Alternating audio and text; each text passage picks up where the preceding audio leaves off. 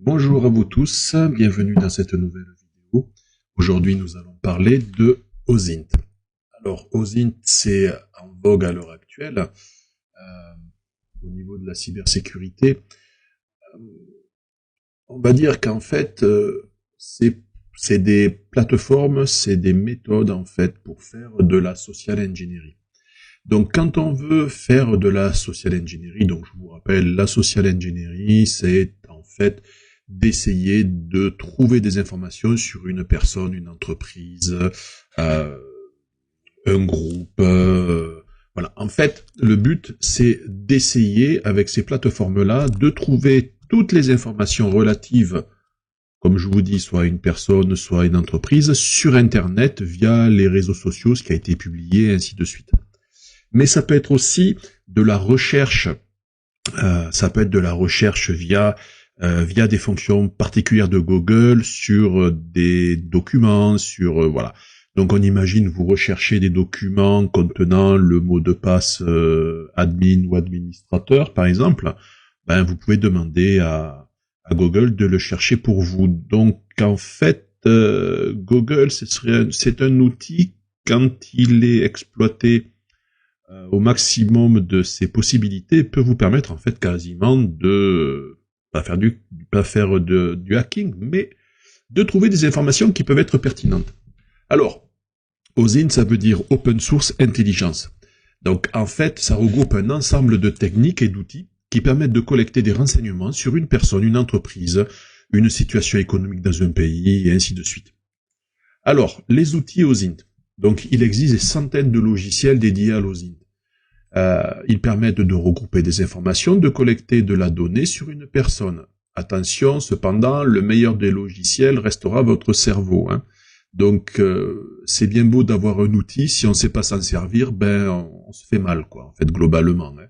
Vous me donnez un marteau, vous êtes sûr que j'ai plus de doigts. Donc, voilà. À vous de bien réfléchir. Vous pouvez mixer les outils. C'est en fait en fonction de ce que vous recherchez, ce que vous avez envie de faire en fait. Donc voici 7 de ces outils, et puis votre curiosité, vos entraînements feront le reste. Alors moi j'en ai pris 7, parce qu'il y en a beaucoup, donc j'en ai mis pas les plus pertinents, mais en fait ceux qui me semblaient les plus à la fois simples et performants, on va dire. Mais bon... je m'avance encore un peu en disant ça. Hein. Chacun trouvera ses outils. Quand vous chercherez, vous trouverez peut-être des outils qui seront plus pertinents que les miens, parce que vous allez faire une mission bien particulière. Vous voulez faire des choses très particulières, vous allez trouver un outil plus spécifique. Donc après, comme je vous disais, à vous de chercher. Donc, qu'on le veuille ou non, Google est l'outil indispensable à placer dans votre boîte à outils OSINT. Il permet, à partir de commandes baptisées les dorks, d'extraire de l'information pouvant être très ciblée. Donc, Google Docs, c'est justement l'ensemble des possibilités de recherche avec une syntaxe propre à Google et qui permet de faire du hacking de sites web ou d'applications web. Alors, j'ai mis le terme hacking, là, je vous mets des termes comme ça, mais voilà quoi, du hacking, c'est pas exactement la vocation, hein, donc on peut pas dire que ce soit du hacking. Et puis, en fait, vous en sortirez peut-être pas grand-chose non plus, mais ça peut éclairer si vous faites certaines recherches, ça peut éclairer, être plus puissant en fait. Je vais vous montrer. Donc grâce à Google Docs, on utilise donc Google comme un outil de hack. On parle de Google Hacking ou de Google Dorking. Alors pourquoi c'est un outil de hack en fait Google? Google, vous le savez, il scanne partout, il fouille partout, il enregistre tout, il classe, il classifie, et sa force c'est de pouvoir vous extraire très rapidement une information d'une masse d'informations énorme. Il lui va vous sortir avec plus ou moins de pertinence des documents demandés. Donc en fait, comme il archive tout, il lit tout. C'est-à-dire que quand ils se promènent, les robots de Google se promènent sur les sites web, ils enregistrent tout. Même des choses qui seraient positionnées sur le site et que l'administrateur ne souhaiterait pas voir. Donc souvent, comme je vous dis, on repart encore de ce PFM, hein, donc ce putain de facteur humain, qui fait que si ça n'a pas été bien vérifié, il est fort probable ou il est possible qu'un administrateur système ait laissé un document Word à l'usage de l'équipe interne contenant des mots de passe, ainsi de suite. Et à des endroits du site improbables et oubliés, et donc lui, le robot, par contre, d'indexation, lui, il va passer, il va le ramasser. D'accord ? Donc, on va trouver ce genre de choses, mais c'est un peu comme partir à la recherche d'or dans une rivière, quoi. On fait un peu de l'orpaillage, quoi. Donc, il faut filtrer beaucoup pour trouver peu. Mais vous allez voir que ça peut être utilisé pour d'autres, pour des recherches qui sont pas obligatoirement de hacking, mais pour vous aider dans la vie quotidienne. Alors, il est possible donc de trouver des informations sensibles, des mails stockés en ligne, des mots de passe, de trouver des pages d'authentification d'applications web, de trouver du matériel connecté à Internet, caméra vidéo, routeur Internet, imprimante, mais aussi du matériel industriel. Alors là, je vais m'arrêter deux petites minutes.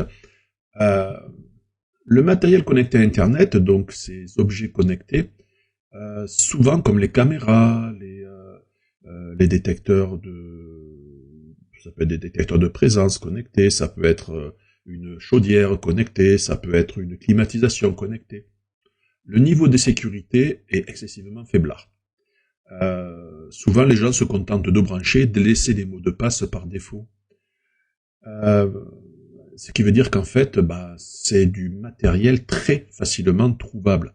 Puisqu'en fait, ceux qui vont l'utiliser, ce ne sont pas des professionnels les 3/4 du temps, mais c'est des personnes lambda qui vont aller chez la Fnac, boulanger, n'importe qui, acheter une petite caméra vidéo pour faire de la vidéosurveillance, ils la sortent du carton, ils la branchent, ils installent l'application mobile, mot de passe, ils vont pas mettre des choses très mirobolantes, et souvent, je vous dis, ils vont laisser ce qui est préconisé par défaut. Donc faites-y très attention si vous en avez de ces caméras, vérifiez bien que vous y ayez mis du chiffrage, qu'elles aient la possibilité de chiffrer absolument tout ce qu'elles captent, de le chiffrer à la volée, et en plus d'avoir des mots de passe assez costauds pour pas vous faire hacker. Surtout le couple login mot de passe, vous le changez, vous laissez pas admin, vous laissez pas le login par défaut. Si vous laissez le login par défaut, ça va être plus simple de trouver le mot de passe que de trouver une association login mot de passe qui va bien. Vous comprenez, vous doublez. Si vous laissez le mot de passe par défaut, il y a moins de complexité, l'entropie est trop faible. Donc, ça vous permet aussi de trouver des serveurs web mal configurés ou installés par défaut. Donc ça, c'est le pire. Mais ça pullule sur Internet. Donc, des serveurs web mal configurés, installés par défaut, qui n'ont pas été mis à jour, ça pullule. Donc voilà. Pourquoi ça pullule? Parce qu'il y a plein de gens qui font de l'informatique depuis très longtemps et qui sont peut-être plus développeurs qu'administrateurs système et qui eux, ils installent par défaut, ils changent un mot de passe, mais ils vont laisser des accès évités, ils vont laisser plein de choses et en fait le serveur il prête le flanc à l'attaque. En plus, souvent les mises à jour système, elles sont faites une fois de temps en temps, quand ils ont le temps. Donc, l'air de rien, c'est assez courant sur Internet. Trouver les technologies ou les outils sur le serveur web. Alors, quand on connaît, par exemple, on sait que sur le serveur web, il y a PHP-MyAdmin, quand on connaît le service web, est-ce que c'est du Apache Nginx? Quand on connaît la version du service web, on peut après se renseigner sur les failles. Et donc, on va pouvoir, si ça n'a pas été mis à jour, attaquer par ces failles-là. Donc, en fait, vous voyez, on peut arriver avec ça à trouver les points faibles et puis en profiter, quoi, en fait. On peut trouver aussi des vulnérabilités qui permettront de pirater la cible et puis plein d'autres choses. Donc, on va le voir au fur et à mesure. Donc, je vais vous montrer quelques syntaxes Google Dork qui sont utilisées par les hackers. Donc, on va voir l'importance des guillemets. Dans la plupart des cas, les utilisateurs Google tapent les mots qu'ils recherchent les uns à la suite des autres. Par exemple, moi, je cherchais un train pour aller de Paris à Perpignan. L'inverse surtout. Je pars d'ici, de Perpignan, je veux monter à Paris. Si vous tapez cette requête dans Google, voyez le nombre de résultats. Il y a 3 270 000 résultats. Alors que moi, je veux juste acheter un billet de train Perpignan-Paris. Mais regardez, en fait, la première offre qu'il me propose, c'est une annonce, c'est de la publicité par combo.co. Alors que moi, en fait, j'aurais préféré avoir par la SNCF, enfin, maintenant, c'est oui, SNCF, j'aurais préféré avoir directement eux. Et vous voyez que là, il y a un problème en fait, l'information est noyée.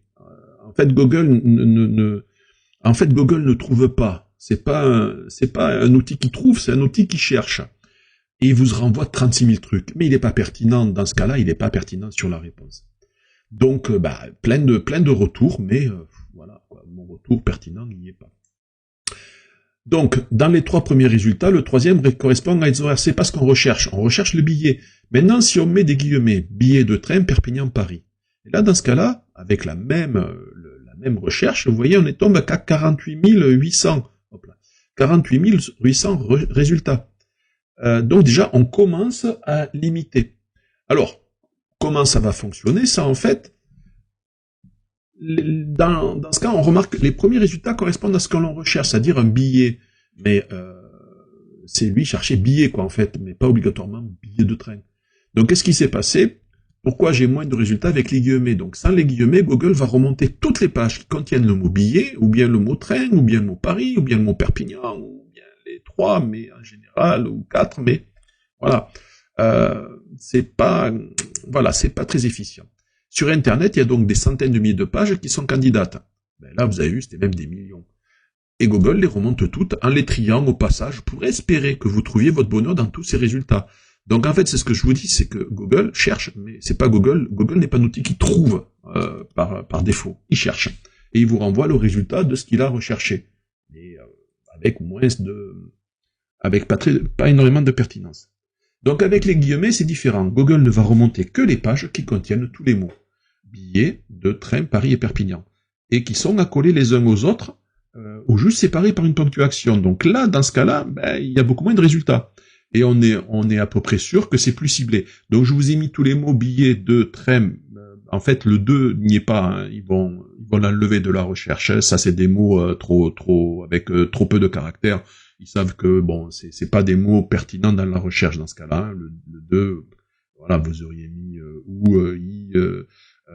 voilà. Donc il y a des petits mots comme ça qui vont enlever, qui vont pas faire partie de la recherche quand ils sont pas pertinents.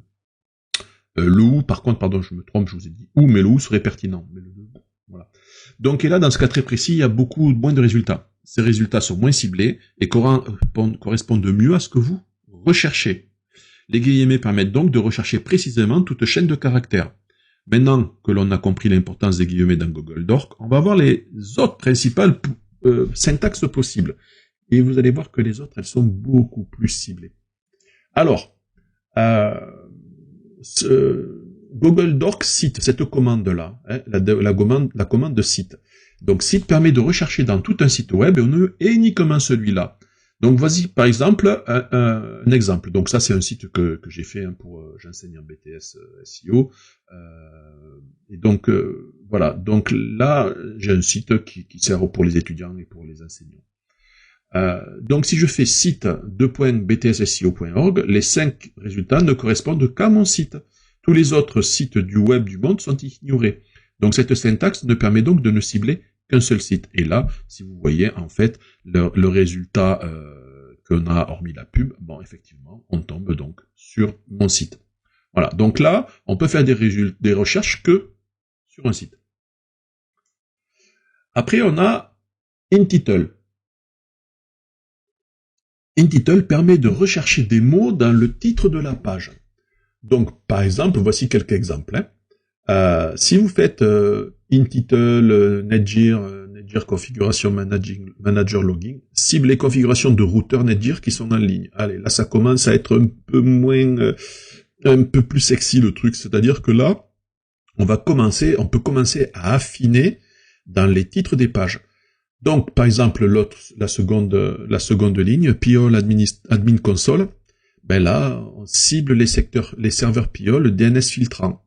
Alors, vous voyez, on va les cibler, donc on restreint notre champ d'attaque qu'à un type de produit. Et là, on peut commencer donc à se dire, si après on continue, si on continue à travailler sur ce résultat-là, ben on va cibler de plus en plus finement. Intitle LaserJet, donc Device Statue Supply Summary, donc cible les imprimantes HP en ligne sur Internet. Et si les gens ont branché leur petit HP, si les gens ont branché leur petite HP en ligne comme ça, vous savez, vous allez au supermarché, vous achetez une imprimante HP et elle vous permet effectivement d'envoyer d'imprimer en ligne. Bah, si les gens n'ont pas changé le mot de passe, ils n'ont pas mis quelque chose de très violent, bah, vous allez pouvoir imprimer sur leur imprimante. Hein. En étant n'importe où dans le monde, vous pouvez leur envoyer quelque chose. Après, vous avez Oracle, BI Publisher, Enterprise Login. Donc là, ça cible les logiciels Oracle. Intitle Endpoint Web Console. Et là, ça cible du matériel réseau de la marque Moxa. Donc en fait, en sachant ce que vous voulez cibler, vous pouvez, avec les Google Docs, affiner vos recherches. Donc il va vous donner une liste de sites dans lequel il a trouvé ce qui correspond à votre demande. Après, on a InURL, donc ça permet de rechercher des mots dans une URL. Voici quelques exemples. InURL Login RSP cible les webcams en ligne. Vous voyez le souci. Là, InURL signing.php point d'exclamation ret égale bam bam cible le logiciel de conférence en ligne. Et ainsi de suite. Il y a certains logiciels de conférence en ligne qui sont assez ouverts, et en fait, à partir du moment où on a le lien de la conférence, on rentre direct. Et il s'est retrouvé dans le monde, des fois, il y avait des gens, surtout pendant le Covid, là, quand il y avait du télétravail, il y avait des gens qui lançaient une conférence en ligne, et puis ils se retrouvaient avec des personnes inconnues. En fait, les gens, c'était des hackers qui cherchaient, et puis pouf. Enfin, c'est pas des hackers méchants, là, c'était histoire de rigoler, quoi, en fait, on va dire. Et donc, ils se retrouvaient dans la conférence. Voilà. Alors, du coup, ça peut craindre, parce que si c'est une conférence stratégique qui traite de choses un peu, eh ben voilà, les gens y rentrent, hein, puisque ces conférences, souvent, elles étaient faites directement avec le navigateur web, avec le navigateur web, pas trop de sécurité, hein, dans ce cas-là. Alors, bon, effectivement, c'était, dans certains cas, parce que le nom de la conférence était trop basique, et ainsi de suite, on pouvait forcer la difficulté, mais voilà, ça s'est produit. Donc, InURL, vous avez PHPMyAdmin Setup Index, PHPMyAdmin. Donc là, ça cible les zones d'administration de PHPMyAdmin. Donc, des sites sur Internet où il y a PHPMyAdmin, et là, s'ils n'ont pas enlevé la partie administrative, ou s'ils l'ont pas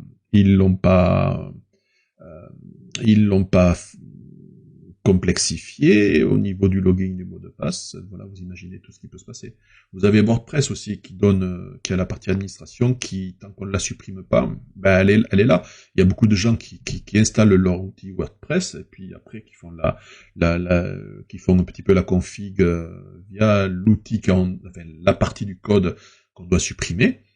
Ils oublient de le faire, hein. Ils sont tout contents, ça a marché, allez hop, ils commencent, allez-y, des développeurs, allez-y, mettez ce que vous devez faire. Et là, vous vous retrouvez avec la page d'entrée. Et si c'est le mot de passe, s'il est rikiki, on peut se faire supprimer son site. Voilà. Donc, vous avez aussi file type, donc ça permet de chercher un type de fichier précis. Donc, il n'est presque jamais utilisé seul, mais en combinaison avec Intitle ou InURL. Donc voici quelques exemples. Si vous cherchez FileType :2.text registration code, vous cherchez les numéros d'enregistrement de logiciels payants. Voilà. License key, vous avez imaginé, hein, vous trouvez des fichiers dans lesquels il y a marqué license key. Et vous pouvez tomber sur des petites pépites. Papermail FileType :.txt permet d'accéder à des mails stockés en ligne. Après, vous voyez, PNG ProPortal, ça c'est des pages d'authentification du logiciel ProPortal.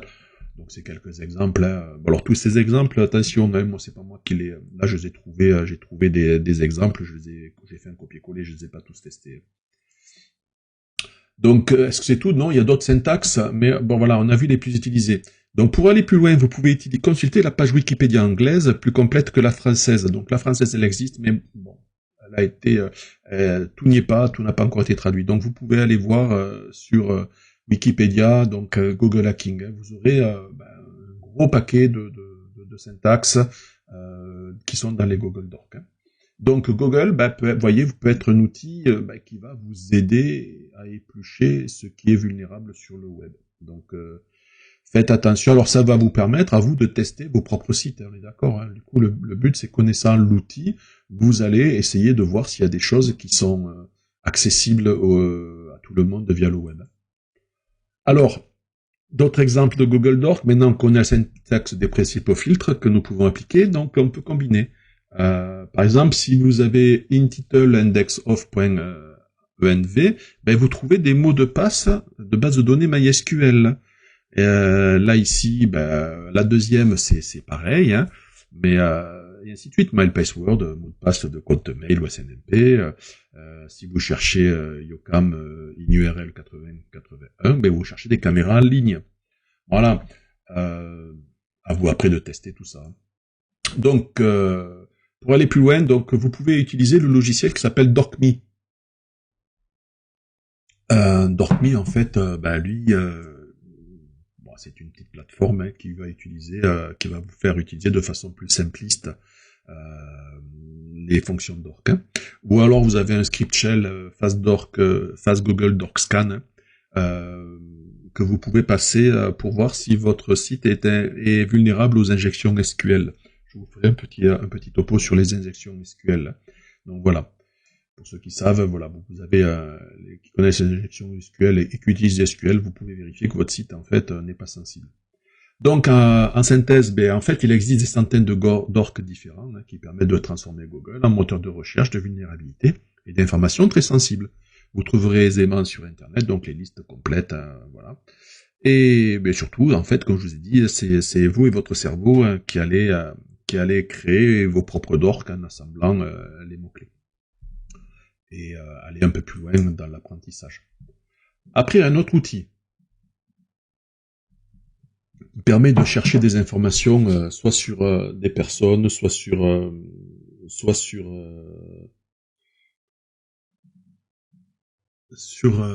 donc des informations sur les personnes, vous allez voir, Shodan, il est assez sympa, ouais. Alors, il y avait une version avant qui était gratuite, et maintenant il y a beaucoup ils font payer. Voilà, donc en fait, il faut un abonnement, comme d'hab, pour aller un peu plus loin que ce qu'ils proposent par défaut. Donc en fait, de nombreux pirates utilisent cet outil très puissant pour rechercher par exemple des informations relatives aux objets connectés, ordinateurs, serveurs, NAS, feux de signalisation, caméras de surveillance, etc., etc. Alors, pour utiliser l'outil, il est nécessaire de s'inscrire. Donc vous vous inscrivez. Une fois que l'inscription est faite, vous allez pouvoir faire des recherches ciblées. Si je recherche des dispositifs actuellement connectés aux États-Unis avec les mots de passe par défaut, j'ai qu'à faire la commande suivante, donc défaut password country US, que vous avez vu, j'ai mis là-haut, et c'est parti, je commence à avoir des remontées. D'accord ? Donc c'est efficace. Après, je vous rappelle que la loi punit, c'est la loi de Godfrey, donc qui punit toute intrusion dans un système informatique pour le côté français et partout où vous allez. Donc là, si vous faites avec Shodan, si vous rentrez un peu plus loin dans le matériel, vous avez fait une intrusion. Si vous êtes attrapé, vous pouvez avoir quelques soucis. Donc à faire avec sur vos outils à vous, sur vos caméras à vous, enfin voilà. Mais après, ou alors vous pouvez scanner, regarder, mais après je vous dis, faites attention, hein, si vous rentrez dans les systèmes qui ne vous appartiennent pas, c'est à vos risques et périls.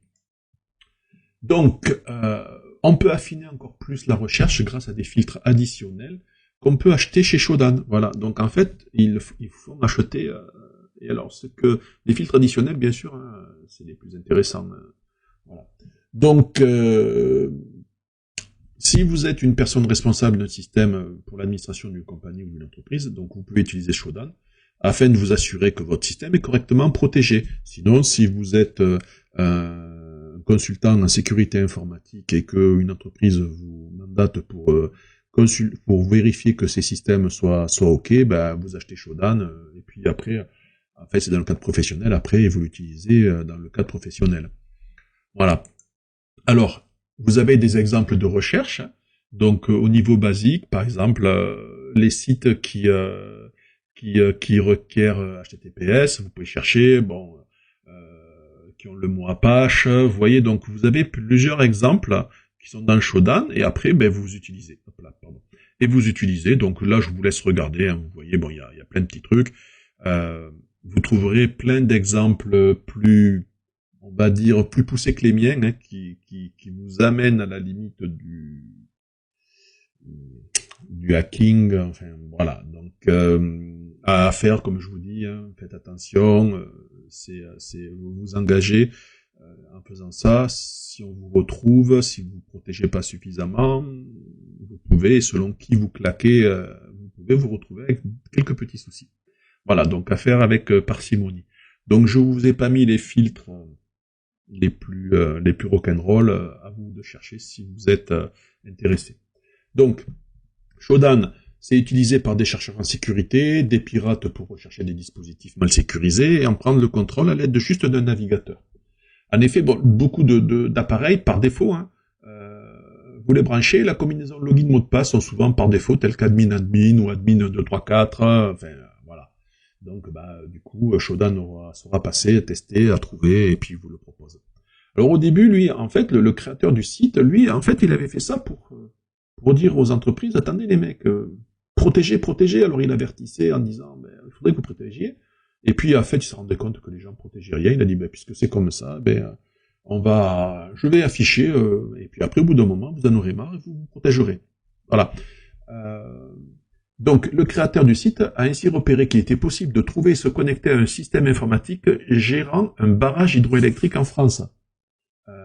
Vous imaginez le problème, là? Le gars, ben, on peut se connecter au système qui gère le barrage. Donc, on peut ouvrir les vannes, on peut, voilà, et enfin, c'est hallucinant, quoi. Pour vous dire le niveau d'impréparation à la cybersécurité des personnes qui avaient mis au point ce logiciel dans la centrale hydroélectrique. Mais ça, c'est un exemple. Il y en a, mais vous tomberiez de la chaise. Voilà, quand vous connaissez un petit peu, quand vous vous intéressez au monde de la cybersécurité, je vous dis, vous tomberiez de la chaise si vous vous rendiez compte un petit peu de l'inconséquence de certaines personnes et qui s'exposent quasiment, qui exposent l'entreprise direct, quasiment sur Internet. Hein. Vous avez qu'à voir toutes les boîtes qui se font hacker.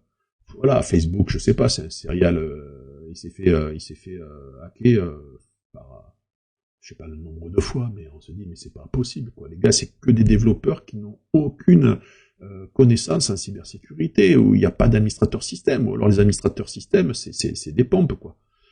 Donc bon, voilà. Dans une vidéo, il y a un Américain qui a pu de son côté démontrer qu'il était possible d'éteindre à distance une laverie de voiture ou dégivrer une patinoire danoise.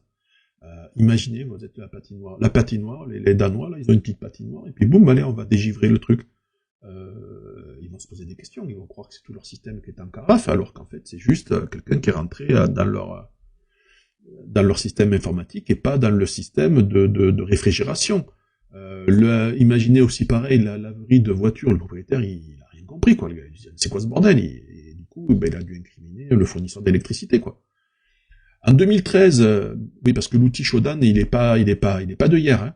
En 2013, donc, Billy Rios a détecté une vulnérabilité dans un logiciel qui touche des immeubles, des entreprises ou encore des banques. Ce chercheur en sécurité, donc, a pu trouver grâce à Shodan 2000 systèmes d'information dont le contrôle pouvait être pris par un pirate informatique, et notamment des systèmes de chauffage, de climatisation ou d'éclairage.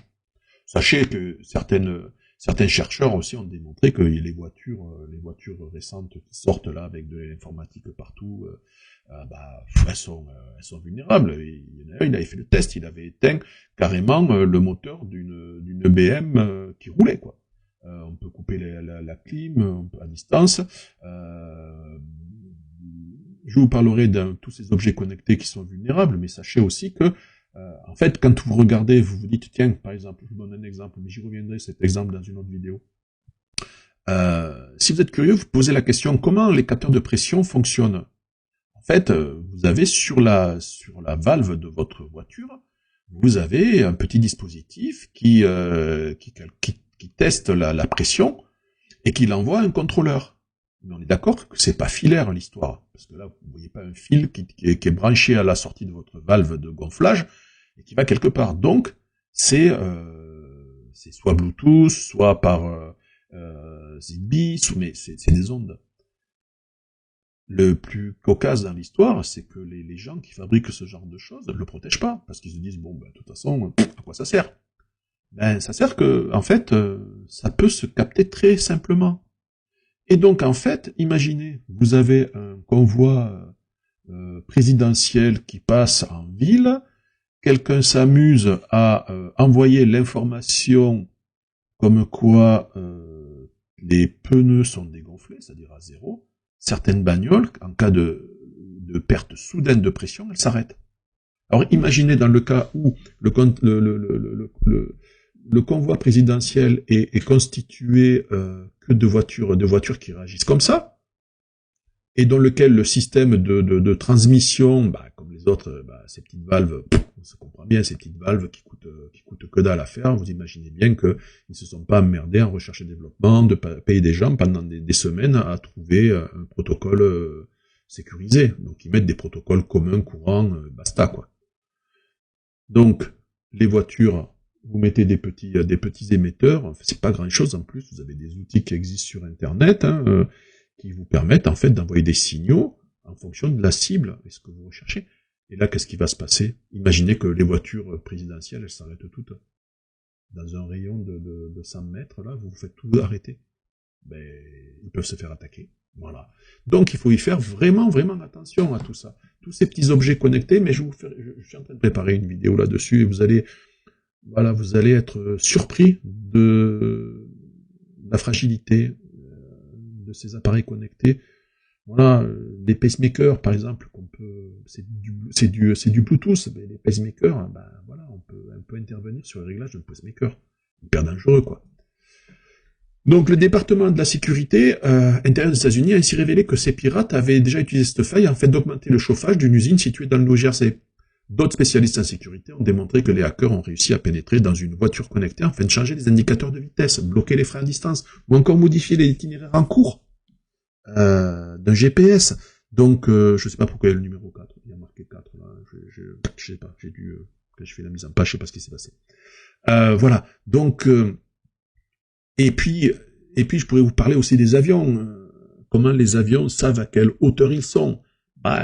Voilà. Si vous affinez le truc, vous allez vous apercevoir que les bornes qui donnent les altitudes, elles sont au sol. Elles envoient les altitudes des points où elles sont.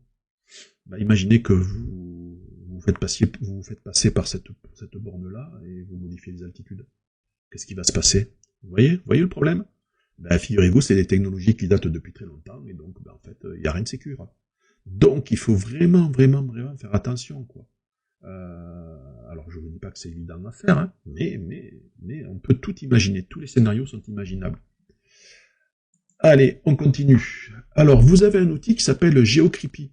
Cet outil porte bien son nom. En fait, c'est creepy pour terrifiant, permet de localiser une personne, enfin de géolocaliser une personne, un lieu via des informations de géolocalisation en source ouverte, que peuvent fournir les réseaux sociaux, les plateformes de sauvegarde de documents, images, etc. Donc, ce logiciel creepy, GeoCreepy, tourne sur Windows et Linux. Alors, on va en discuter un peu. Donc, vous le trouvez ici, hein, vous avez les adresses là de GeoCreepy. En fait, comment ça fonctionne? Voilà, donc là, vous avez une présentation.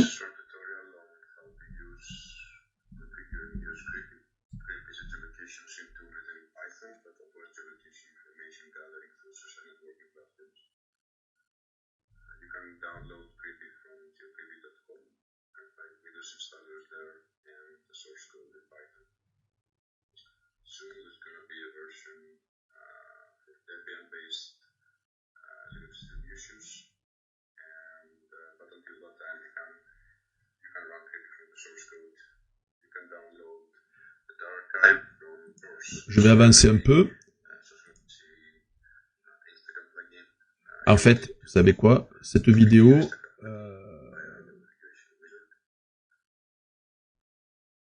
Vous la trouverez facilement, cette vidéo qui présente GeoCreepy, en fait. En fait, là, ce qu'il va vous montrer, c'est qu'il va chercher, par exemple, avec plusieurs plugins, vous voyez, là, par exemple, Flickr, Instagram, Twitter, il va rechercher des photos, il va rechercher des photos. Et en fait, vous savez que vous avez des informations dans les photos, vous avez souvent des informations de géolocalisation. Et donc, en fait, vous pouvez retracer les voyages d'une personne, retracer en fait un petit peu sa vie, juste en décortiquant les métadonnées qui sont dans les photos. Donc GeoCreepy, son rôle à lui, ça va de géolocaliser les personnes de façon, en fait, un peu très simple, quoi. Et après, on peut étudier les habitudes, on peut savoir où elles vont, on peut savoir, voilà. Donc, cette vidéo, moi, je l'ai trouvée sur le web, vous la trouverez facilement. Vous en trouverez d'autres, en fait. Donc, GeoCreepy, comme je vous le dis, GeoCreepy est un outil qui est assez cocasse, quoi. Donc, on va trouver des informations sur les gens, rien que par leurs photos, leurs tweets, enfin bref. Donc vous en avez d'autres. L'information donc que vous avez, vous pouvez l'avoir avec Maltego. Maltego aussi, c'est un outil qui est une plateforme exprès pour rechercher des données à nos int, quoi. NextVision, c'est pour avoir des renseignements, pour des besoins de renseignements et d'enquête, donc voilà. Et donc après, GeoCreepy est un outil de renseignement de géolocalisation à travers diverses plateformes de réseaux sociaux ou de services d'hébergement. Donc, vous voyez qu'en fait, quand on cherche quelque chose sur quelqu'un, on trouve facilement, quoi, on a tous les outils. Après, vous avez un autre outil qui s'appelle Spice, donc lui, c'est le petit frère de Shodan. Vous commencez avec un nom de domaine et vous pouvez pousser l'enquête en vérifiant ensuite les vulnérabilités, l'adresse IP, les DNS, le nom de domaine, du coup ça vous remonte qui est le propriétaire, ainsi de suite. Donc voilà, spice.com, je vous laisse le tester. Et vous avez d'autres outils qui ressemblent un petit peu, NMMapper, Ozin.sh, Pentest Tool, DNS Dumperster, enfin bref. Voilà, à vous de les tester. Moi, je vais pas plus loin. Je vous incite pas à faire des bêtises avec. Donc, vous êtes quelqu'un de gentil. Vous n'allez pas tout démonter grâce aux outils que je vous présente. J'espère. Voilà, vous avez un outil français qui s'appelle EPIS de la société, enfin, c'est la société EPIS, donc EPIOS. Donc, en fait, lui, on entre un mail cible et en fait, ça va fournir très rapidement l'identité cachée derrière ce mail.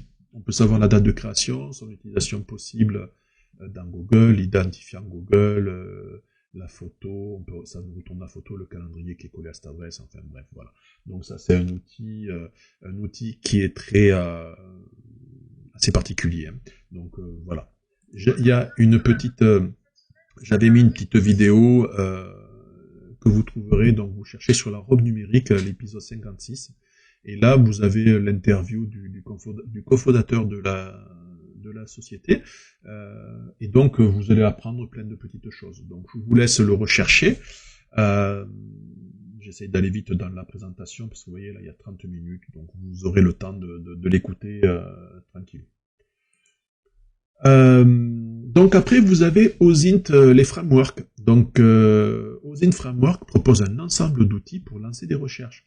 Par exemple, vous cherchez une identité, il vous suffit de cliquer sur Username, puis OSINT Framework va vous proposer les logiciels et les sites qui vous permettront de remonter à votre source. Vous avez beaucoup de possibilités. Donc là, vous voyez, c'est carrément un framework. On a industrialisé la recherche de renseignements. Donc, OSINT Framework, et vous voyez, en fait, on part avec tous les points d'entrée et tout ce que l'on peut trouver, quoi, en fait. Donc, outil très important. Il y en a d'autres, mais voilà. Dans la même lignée d'OSINT Framework, vous avez OSINT Collection qui regroupe des centaines d'outils dédiés à la recherche d'informations. Je vous dis bien des centaines. Il y a des sources ouvertes classées par qualité, médias sociaux, moteurs de recherche spécialisés. Cette collection permet de travailler sur les outils atypiques comme des moteurs de recherche russes, chinois, tels que VK ou encore Qzone ou RenRen. On est bien d'accord qu'il n'y a rien de malveillant là, hein, puisque c'est les informations qui vous sont présentées, ce sont des informations qui sont sur le net. Donc vous pouvez chercher autant que vous voulez, hein, puisque en fait, l'information, elle est là. Donc vous la cherchez, là, l'avantage, c'est que ça vous classifie et en fait, vous ciblez le type d'information qui peut être une personne, une société, ainsi de suite. Donc voilà, vous avez tout ce qui peut être, tout ce qui peut servir à rechercher. Donc vous avez les moteurs de recherche spécialisés, les agrégateurs au niveau des données d'information pour les personnes. Alors aux États-Unis, vous mettez le nom d'une personne. Nous en France, on a encore une culture un peu, on va dire, on a une culture différente. Les États-Unis, disent que tout doit être su. Donc la police va publier le nombre de contraventions qu'a eu une personne. Ça, nous, on l'a pas. On est encore préservé de ça. En fait, si vous cherchez quelqu'un, un Américain, vous allez trouver, aux États-Unis, il trouve les condamnations, le pourquoi, l'âge de la personne, son numéro de téléphone, son adresse, savoir combien de maisons il a vendu, vous trouvez tout. J'ai fait le test, hein, on trouve tout. Voilà, donc vous avez l'agrégateur donc d'informations pour les gens, les téléphones, le numéro de téléphone. Alors là, pareil, ça marchera pas trop pour la France, mais pour d'autres pays, ça va marcher. Donc voilà, à vous de tester. Alors je vous dis, en fonction de la cible, si c'est une cible française, vous risquez d'avoir moins d'informations que c'est une cible américaine. Vous apprendrez plus pour les Américains que pour les Français. Voilà. Mais eux, c'est dans leur culture. Hein. Il n'y a pas de liste rouge. Il y a pour le téléphone. Voilà, c'est comme ça. Voilà. Mais écoutez, je vous remercie pour votre écoute. N'oubliez pas, bien sûr, si vous avez aimé, vous vous abonnez, si vous pouvez me mettre un petit like, vous pouvez me mettre enfin, tout le classique le classique pour YouTube. Hein.